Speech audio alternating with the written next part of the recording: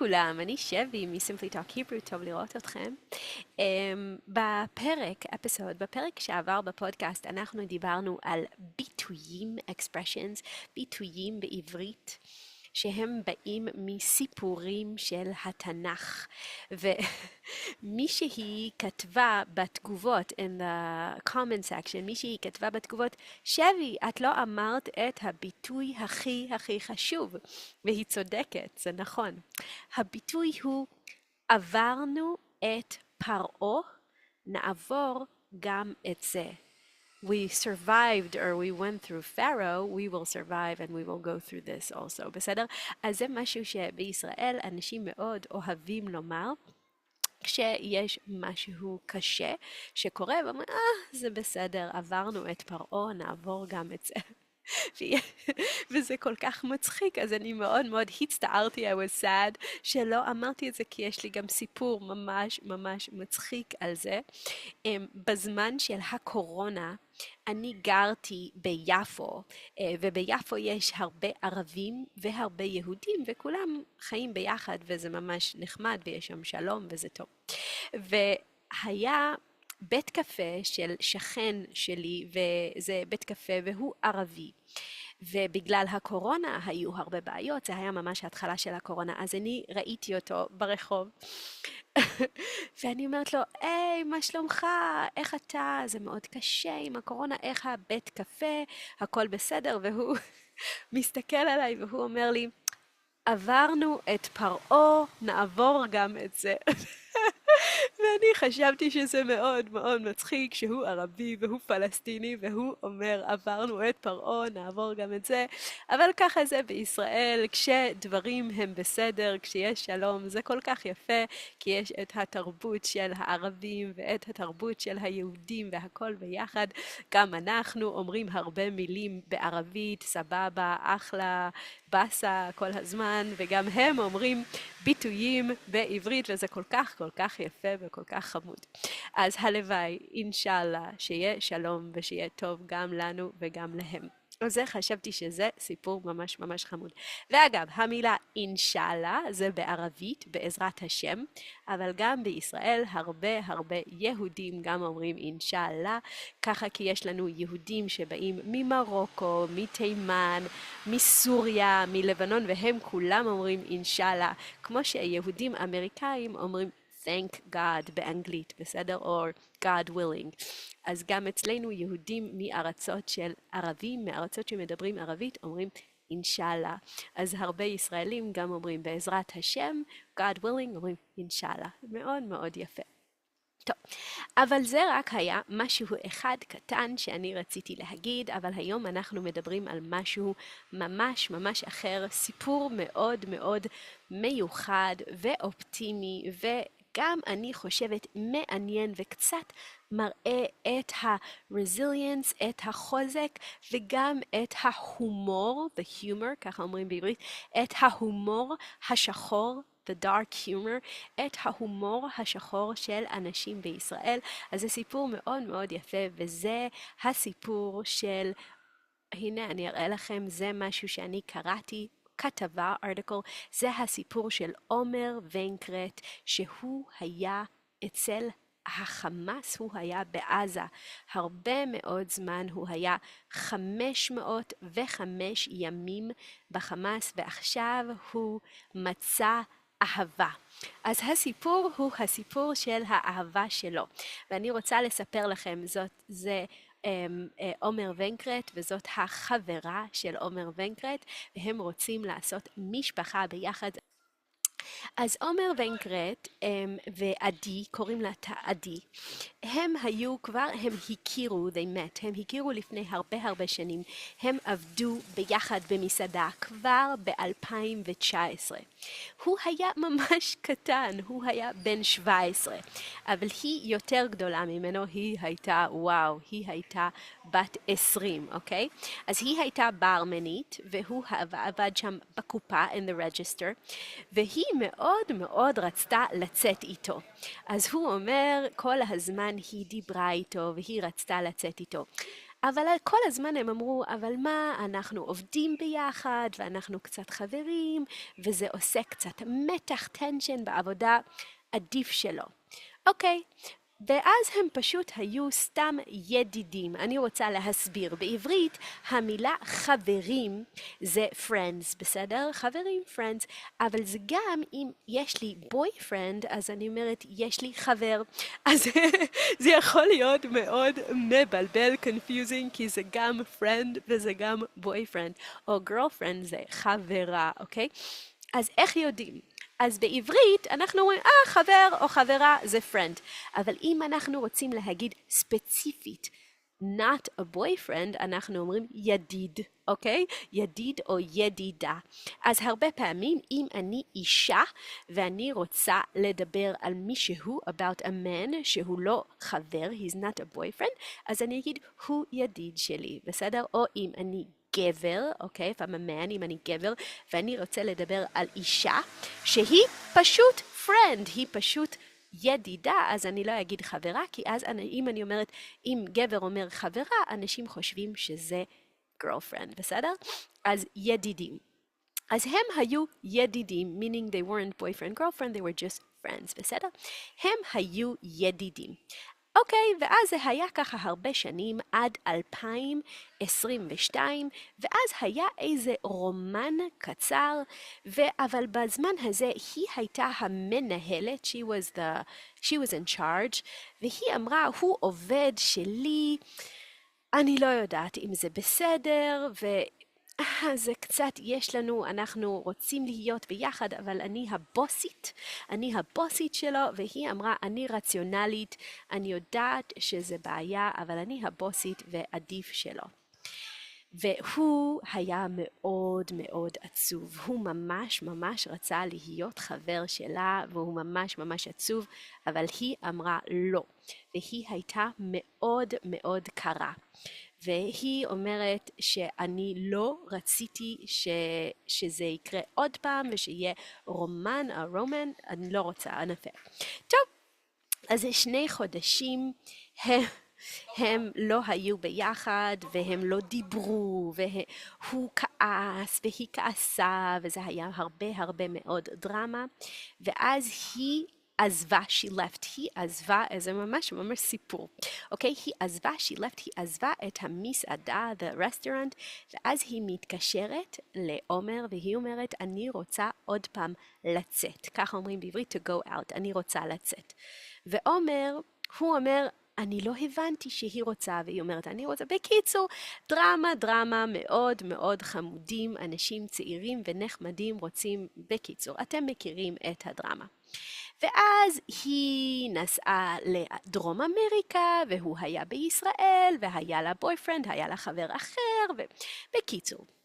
וביום של 7 באוקטובר, היא גם רצתה ללכת לנובה, ביחד עם עומר, אוקיי? אז היא אמרה, הם עשו תוכנית, הפלן, ללכת ביחד, כי הם היו ידידים, they were friends, הם היו חברים. בסוף, ממש ברגע האחרון, עומר התקשר והוא אמר, אני ועוד מישהי, קים קוראים לה, שהיא באמת נהרגה, she was murdered בנובה, הם אומרים, אנחנו הולכים ראשונים, ואת יכולה לבוא מחר, בסדר?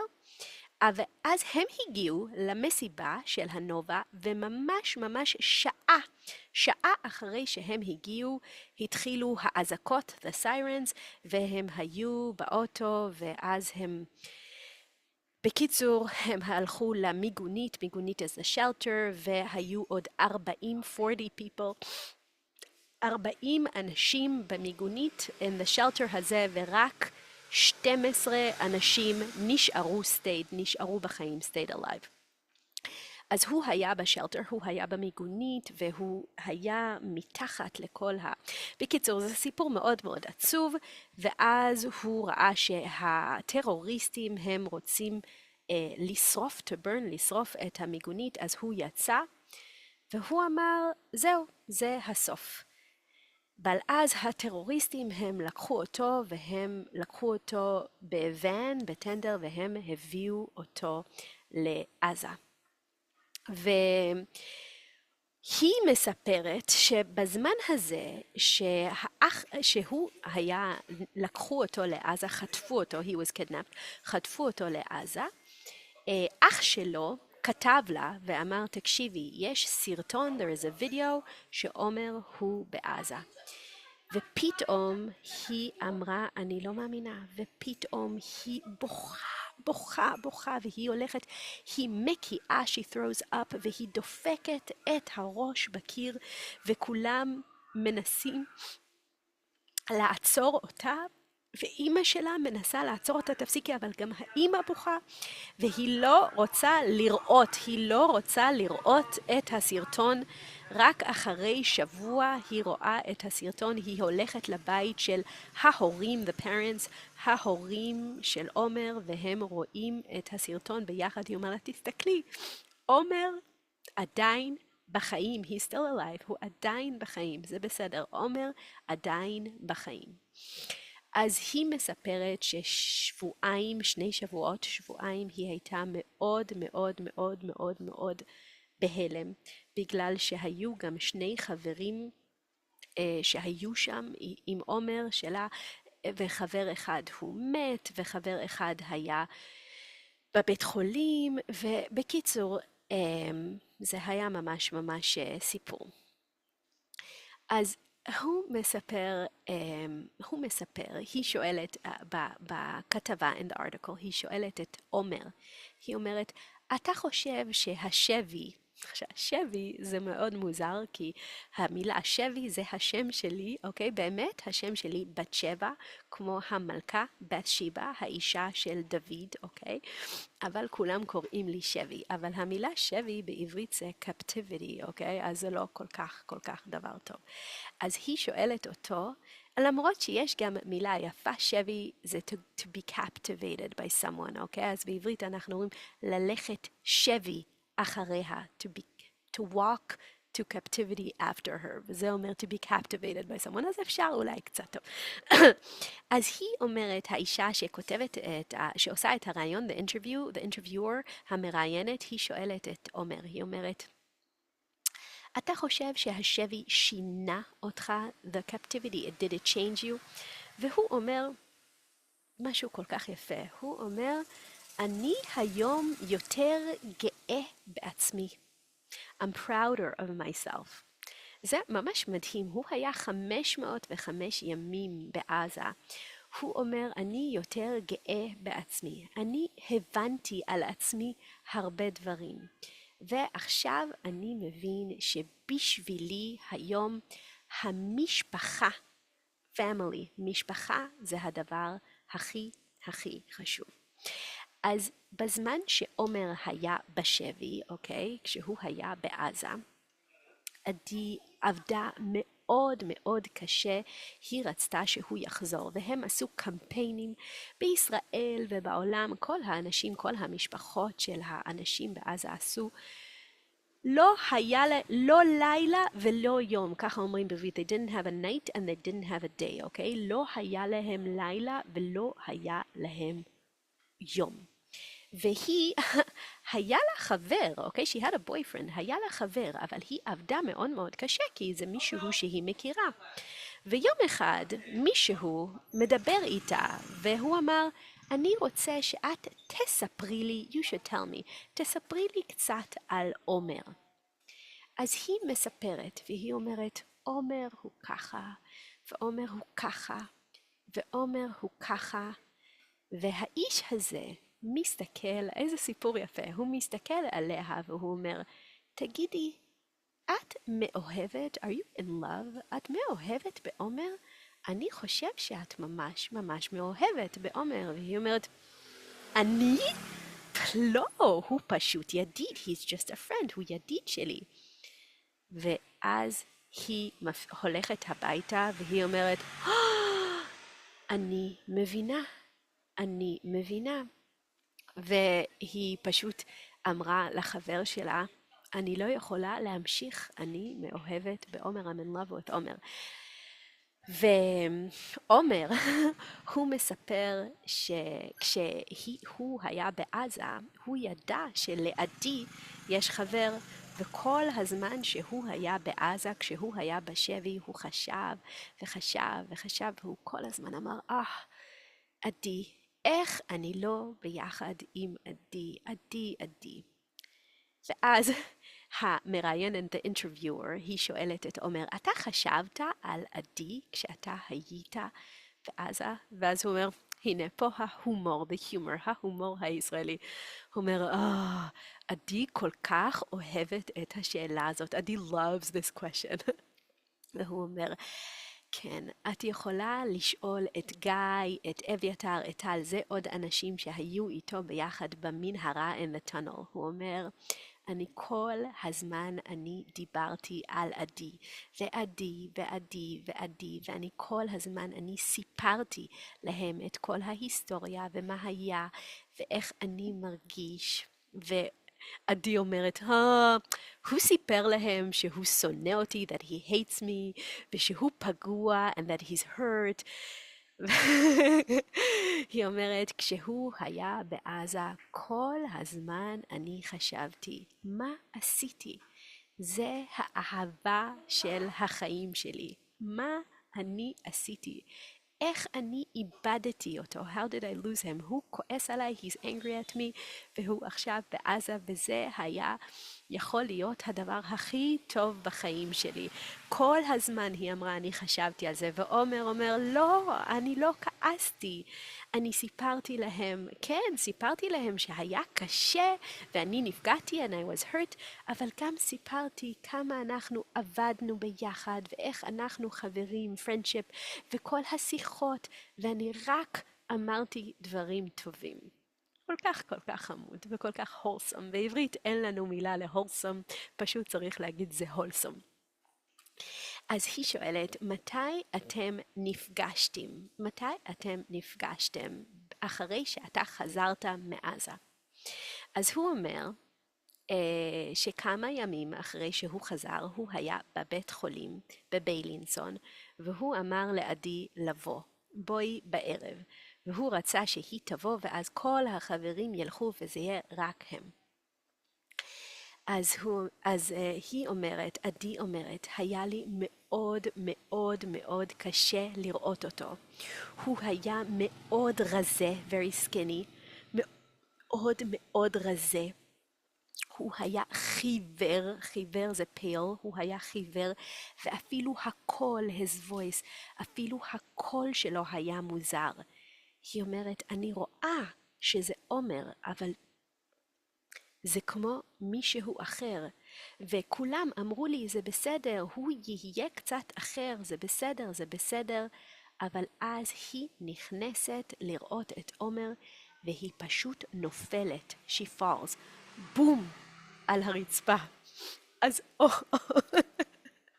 עומר רואה אותה, ועומר אומר, קומי, יא בכיינית, תביאי חיבוק, אוקיי? מה זה אומר, יא בכיינית? בכיינית זה cry baby. אז הוא אומר, get up, you cry baby, give me a hug, בסדר? ממש ממש מצחיק, ככה אומר, יא בכיינית. ואז היא באה, והיא מחבקת אותו, she hugs him, והיא מתחילה לקלל, to curse him. אומרת, מה קרה? מה הלכת? בקיצור, היא פשוט צועקת עליו, למה הלכת? ואז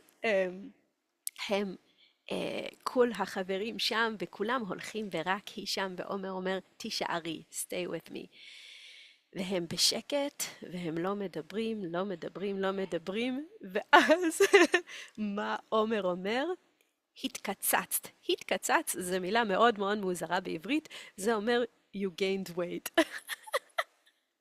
ואז היא אומרת, אוקיי, רגע, זה נכון, אבל אני לבשתי, היה מאוד קר, אני לבשתי 2 זוגות מכנסיים, I wore 2 pairs of pants, בסדר? אני לבשתי 2 זוגות מכנסיים, ועומר אומר, זה נכון, אבל אני גם הייתי בעזה, אני ראיתי אנשים, אם הייתי במנהרות, I was kidnapped, אני ראיתי אנשים מאוד מאוד רזים, I was used to seeing very skinny people, הוא אומר, ועדי אומרת כן, ואני הייתי כל כך גדולה בשבילו.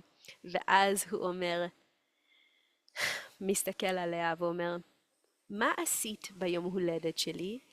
what did you do on my birthday? מה עשית ביום הולדת שלי? כי אני קיבלתי לום. לום is like a big stick. אני קיבלתי לום לראש. זה היה המתנה שלי ליום הולדת. מה אתם עשיתם? היא אמרה, מה אני יכולה להגיד? אז אני רוצה לעצור רגע ולהגיד, איזה שיחה משוגעת, אוקיי? קודם הוא אומר לה, קומי, קומי, הבכיינית, get up, you cried baby, give me a hug. ואז הוא אומר לה, you gained weight, ואז היא אומרת, ואז הוא אומר, okay, I'm sorry, I'm used to seeing people, skinnier people in the tunnels with me. בקיצור, שיחה כל כך משוגעת. ואז הוא אומר, what did you do for your birthday? מה עשית ליום הולדת שלי? For my birthday, ליום הולדת שלי, כי I was beaten to death on my birthday. בקיצור, משוגע. ואז היא אומרת, אני הבנתי שאני לא יכולה להגיד כלום. אז אני פשוט נתתי לו לדבר. והוא דיבר, והוא דיבר, והוא דיבר, והוא דיבר, והוא רצה שהיא תדע מה היה. ואז היא שמעה את הכל, והיא אמרה לו, אני לא רוצה שאתה תסבול. I don't want you to suffer. אני לא רוצה שאתה תסבול יותר בחיים. אני רוצה להיות איתך ולהיות המגן, to be your defend. בקיצור, היא לא אמרה את זה, היא חשבה בראש, אני לא רוצה שהוא יסבול, אוקיי? היא לא אמרה, היא שתקה. אבל אחרי שבועיים היא ראתה אותו והיא אמרה, אני רוצה להיות ביחד איתך. ובמאי האחרון היה יום הולדת של עומר, וזה היה יום הולדת ראשון אחרי שהוא חזר בעזה, והוא עשה מסיבה גדולה, והיא אמרה שהם היו ביחד, והם עשו מסיבה מיוחדת עם עוד כמה אנשים שהיו בעזה, והם עשו את אותו מוזיקה כמו שהיה בנובה. ועומר אומר שאני והאנשים שהיו איתי בעזה הם חברים שלי, הם אי אפשר להסביר, אנחנו יותר מאחים, זה תקשורת, it's communication, תקשורת שאי אפשר להבין. ואז המראיינת, the interviewer, היא אומרת מה שישראלים תמיד אומרים, היא אומרת, נו, אולי אתם מכירים את הנו, נו is come on, tell me, אוקיי? היא אומרת, נו, אז מתי החתונה? When is the wedding, אוקיי? בטח ישראלים שואלים מתי החתונה. ואז הוא אומר משהו מאוד מאוד יפה. הוא אומר, לפני שאני הגעתי לעזה, אני לא רציתי להתחתן, אמרתי אולי אחרי גיל 30. אבל כשאני הייתי בעזה, אני קיבלתי פרספקטיבה, אוקיי? ביום הולדת שלי בעזה, אחרי שהטרוריסט היכה אותי עם לום, hit me with a loom, with a big stick, אני נתתי לעצמי ברכה. אני נתתי לעצמי ברכה ואני חשבתי על אחים שלי, על אבא שלי, על אמא שלי, ואני, כל אחד מהם אני נתתי, I gave myself a blessing, בשם, in the name, בשם של אחים שלי, בשם של אבא שלי ואמא שלי. הוא אומר, אבא שלי כל שנה היה אומר, מזל טוב. אני אומר לך מזל טוב ותודה, אוקיי? ואז הוא אמר, אני שאלתי אותו, למה תודה? למה תודה? ואז הוא אמר, ביום הזה אתה הפכת אותי, you turned me, אתה הפכת אותי לאבא. אז אבא של עומר כל שנה ביום הולדת היה אומר לו, מזל טוב ותודה. Thank you for making me a father. אז הוא אמר כשהוא היה במנהרה in the tunnel, ביום הזה שהוא היה כל כך, כל כך, כל כך למטה, so low, כל כך, במקום כל כך כואב, beaten up, הוא אמר לעצמו, הוא חשב על אבא שלו והוא אמר לעצמו, מזל טוב ותודה. והוא אמר, ברגע הזה, כשאני הייתי בשפל של השפל, the lowest of the low, אני הבנתי, ואני החלטתי, I decided, שכשאני יוצא מעזה, אני רוצה משפחה. אני רוצה לעשות משפחה. כי להיות אבא זה הדבר הכי מרגש, the most moving thing שיכול לקרות למישהו. הוא אומר, פעם, in the past, היו לי חלומות גדולים, big dreams, אבל היום החלום הכי גדול שלי הוא להיות אבא.